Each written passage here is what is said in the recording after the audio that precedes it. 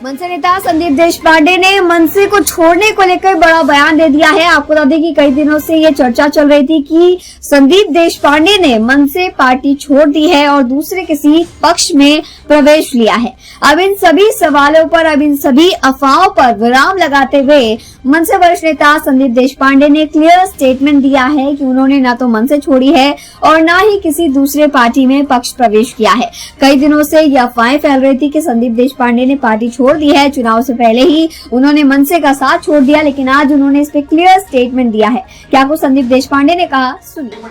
बोलू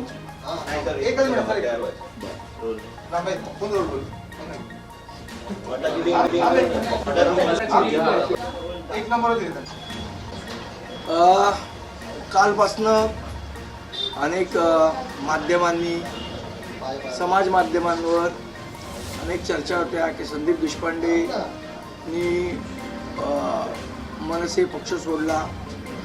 काहींनी तर अगदी अतिरंजित बातम्या दिल्या की